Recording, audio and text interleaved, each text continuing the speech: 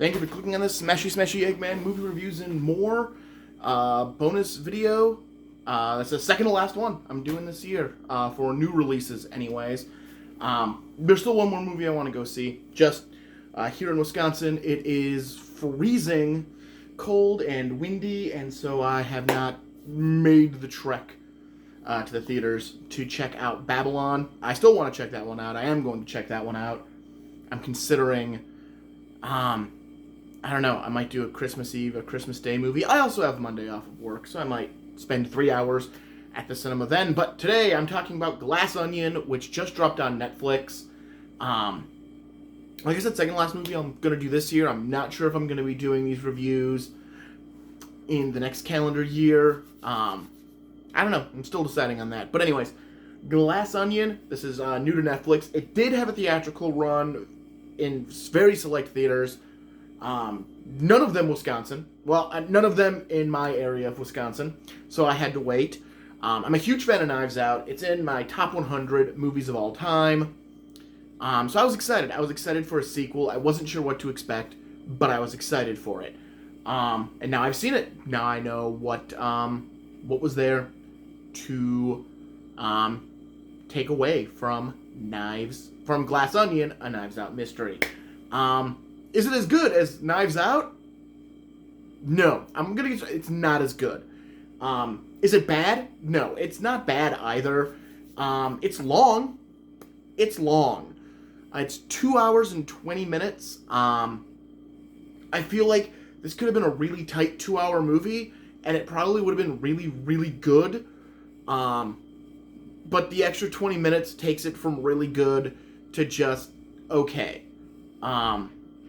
I feel like there wasn't enough, so they really drag it out to make it this new modern idea that a movie needs to be 2.5 hours. That your movie's not good unless it's long. I don't like it. I don't like this mentality that the only way for it to be good is if it's long. Because again, I think this was a really good idea, but again, it's really long. Benoit Blanc leads in to his summation at, I think it's like the hour-and-a-half mark. There's like an hour left of this movie, and he opens the summation, and then it flashes back, because the idea is, the onion has layers, so the movie has to have layers, but it's only got a couple of layers to it. You've got the layer of the opening and the top layer, and then you get the lower layer, which then has to be spelled out. The worst thing, and again, there are parts of this movie I really enjoyed. There's some really great comedy. The actors are fantastic, but there was a lot that just kind of bothered me because I really like a good murder mystery. Murder on the Orient Express, which is right there. Knives Out. This modern murder mystery, and I think Death on the Nile might actually be a better movie overall than Glass Onion, and these obviously both came out this year. I don't think either of them are making my top 10 of 2022. I don't think either of them were that amazing. Neither of them were that special. They were both fine movies. I just don't think either of them met expectations, and I think this one fell slightly shorter of expectations. And I didn't have it's gonna be better than Knives Out. I hoped it would be like, if it stayed the line, I would have been okay with it. A little under. Again, I think it's just long and it drags out. I'm not even gonna call it a twist. Again, it's the last part of this movie. But this is one of those murder mysteries that openly leaves out part of the setup to make it the twist. Now, I just literally opened IMDb to look at who was in this movie, and IMDb, the cast listing already got me going with one thing, that is this twist. So you can spoil it just by looking the cast list up on IMDb. And then once things started going and we get to the actual body, which I have no problem with the body taking a while to show up in a murder mystery. Again, Death on the Nile, I think they handled it very well, trying with, how long it takes, because that one has a little more time before you get to the body. Murder on the Orient Express kind of does the same thing. Knives Out, I think this wanted to do what Knives Out did, where you open up, and Christopher Plummer's already dead. And then you're telling the story through flashback, but instead of telling the story through flashback, it's filling in the gaps through flashback. Because it doesn't want to tell the story chronologically, because it makes it all way too easy, although it's already way too easy. Because the person who gets killed, I'm not going to spoil who gets killed, I'm not going to do, but I wasn't even paying super close attention, and I figured out who killed him and how. Not even like, it took me a minute or two to think. The minute I saw something, I saw a reaction to something, and I had put it together, and then I had to be there for another hour and a half. And I guess technically they're not even, they're the body in the movie, but they're not the dead body that triggers the events, because that's part of our twist. But to give a general overview of what this movie is, 6.5 minutes into a review.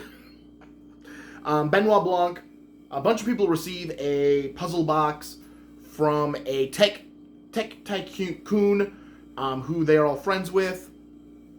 It invites them to a getaway. This takes place in 2020.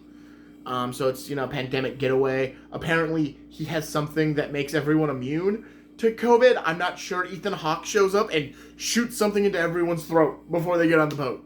Literally, that Ethan Hawke and Hugh Grant are both in this movie for like a half a minute, but they're not playing themselves. A bunch of people play themselves, but Ethan Hawke and Hugh Grant just show up for sure in this movie for reasons. Because it took me a minute. That's Ethan Hawke. Why is Ethan Hawke here? And the minute his scene ended, I'm like, well, he's not coming back. He's not part of this because he doesn't get on the boat.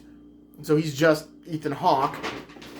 I feel like it's something like a movie Rain Johnson made, and these are people, who he was able to get to do cameos, which is great. So the tech tycoon invites some of his closest friends, and Benoit Blanc is also going. And, it's basically, you start off the movie figuring out why everyone wants to kill the tech billionaire, and why Benoit Blanc was invited, because again, he claims he just received the box. He doesn't know who sent it to him. Again, they're trying to subvert what they did in Knives Out by doing what they did in Knives Out and then calling it a twist. Again, is this the worst Rain Johnson movie I've seen? No, again, I'm shitting on it because there's a lot to shit on. The good parts of this movie is when it gets, witty and all of that stuff like Knives Out was. When it's doing that, it is really good. When it has actual intrigue going on, it's phenomenal. Daniel Craig is still brilliant in the role of Benoit Blanc. It's just the script. Again, I think it's too long. I think it could have lost 20 minutes, and you wouldn't have suffered from anything. I think they try to mislead the audience too much. It is an old, one of the bad Agatha Christie novels. Because there are good ones like Murder on the Orient Express, and Death on the Nile is a great Agatha Christie book as well. And then there are bad ones where it almost feels like it's legitimately not telling you something because it's part of the twist, and it can't tell you it. Which has been done very well in the Agatha Christie novels. The Murder of Roger Ackerman, which I've talked about in my Death on the Nile review, is a great one. That it purposely leaves out information because it has to, and it's well done.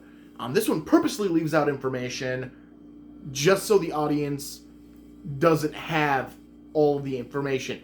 We're not playing with a full deck of cards. The characters, Benoit Blanc is playing with a full deck of cards. We are not. Therefore, it's hard to piece everything together, which is what you're supposed to do in a whodunit. You're supposed to piece everything together, but it's hard to do it because it wants to keep you watching this movie for 2.5 hours, and therefore it can't give you all of the pieces of the puzzle. It has to withhold pieces of the puzzle. And it's one thing if you're discovering these pieces with the detective. I think, the Murder on the Orient Express, I'll go back to that one, and Knives Out itself. You're discovering things with the detective. Whereas this one, he already knows things, and then we're told well after the fact. So it's not even like we're supposed to know that he knows something. It's just we find out that, there's something more that he's known. And I don't think it works in rewatch value. Because again, the first time you watch a murder mystery, you're trying to take in the characters and solve the murder. Like I said, the murder that happens on screen, I solved instantaneously.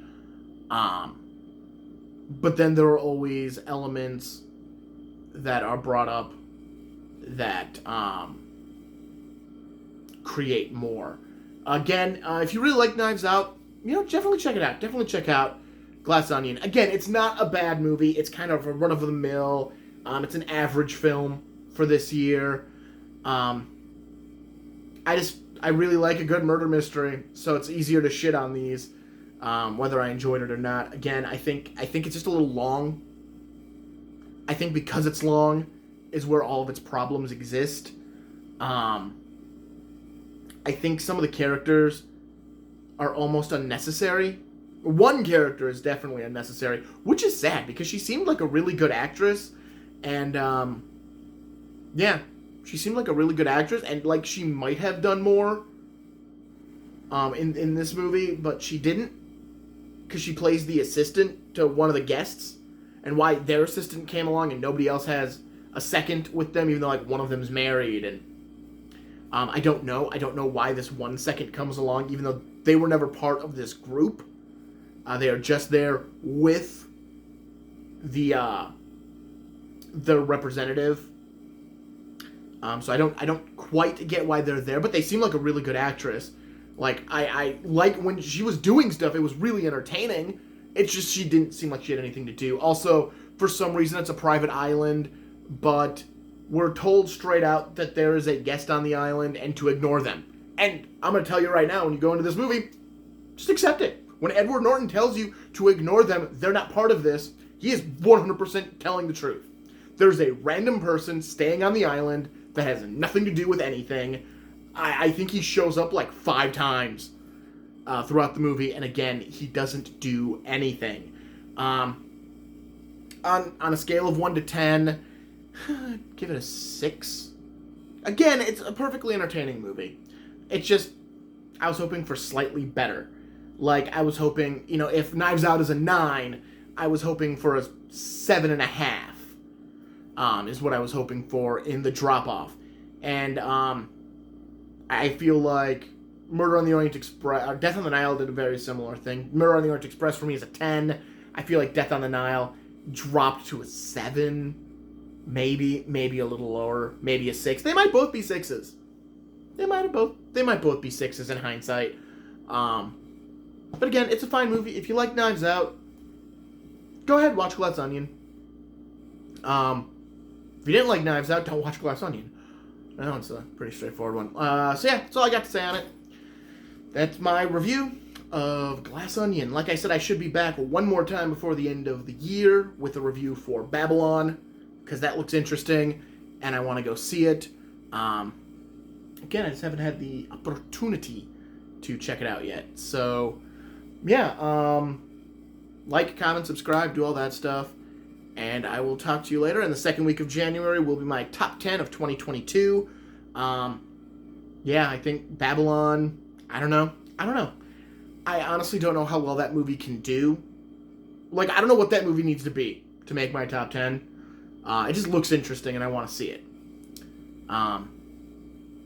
We'll see. I don't think Glass Onion cuts the mustard. I think there are 10 better movies I've seen this year. So yeah, I will talk to you later. Have a good one.